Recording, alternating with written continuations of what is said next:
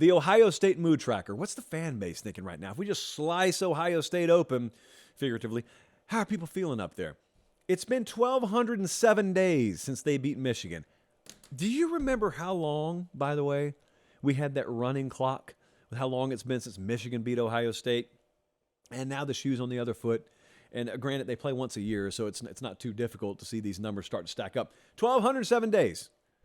Got to do something about that. I get it. They get it more than I get it, but I get it too. Incredible pressure on this program this year. The fan base knows it. There are generations of Ohio State fans who don't know this feeling. And by this feeling, I mean anything more than a once-in-a-while isolated loss to Michigan. They don't know consecutive losing. They don't know potentially looking at back-to-back-to-back losses to Michigan. Last time they lost consecutively, 99 and 2000. The Y2K era. We've been talking about that weirdly a lot lately. That's the last time Ohio State fans had to feel this. Translation, if you're in college, if you're in Ohio State right now, you don't know. And so what's your only recourse? When you see your guys, when you see your program lose twice to the school up north, it's unacceptable. That's the main thing at Ohio State, which is why the mood at Ohio State I have classified as the main thing is the only thing. They've got a really good record against Rutgers. They got a really good record against Indiana. They have done fine against Purdue. Mostly fine. But against Michigan, it hasn't been good enough.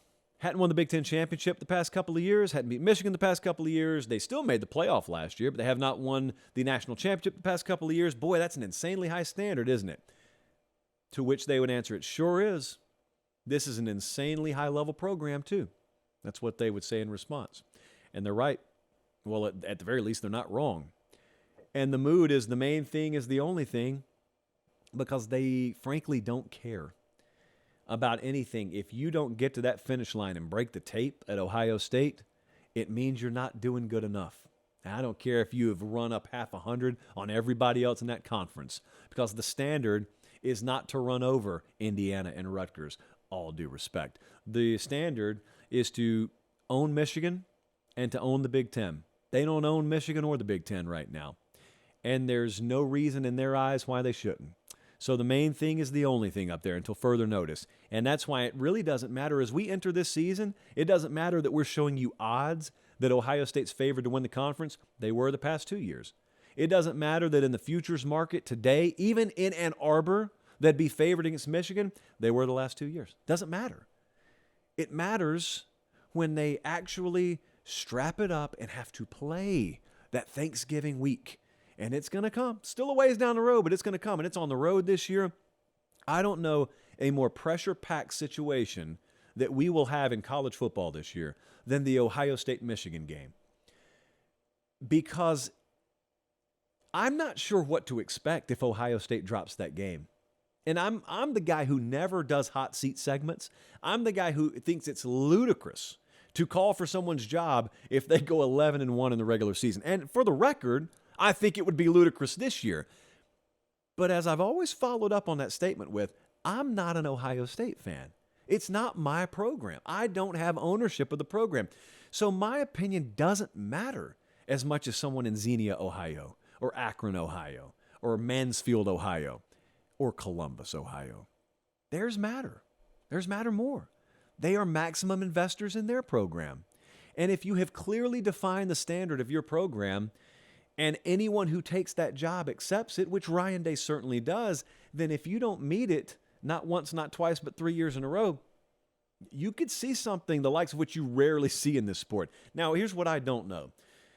I don't know how this year is going to play out. I don't know if Ohio State will be undefeated when they play that game. I don't know if Michigan will be undefeated when they play that game. I know that that's the way the conference feels to me right now, but then again, we also did a segment about Penn State like 5 minutes ago where I think they're going to have a lot to say about the outcome of this conference this year as well.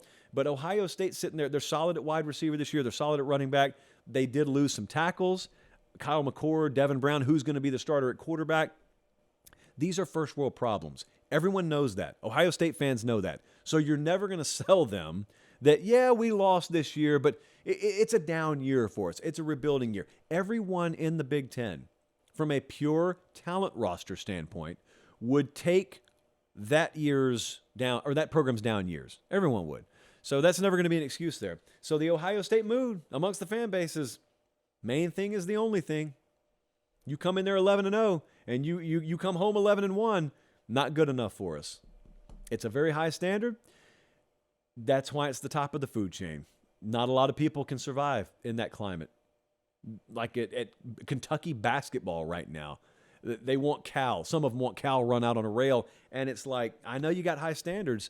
Do you know how few people are qualified and capable of holding that job, given what kind of pressure cooker Kentucky basketball is? Ohio State's the same way.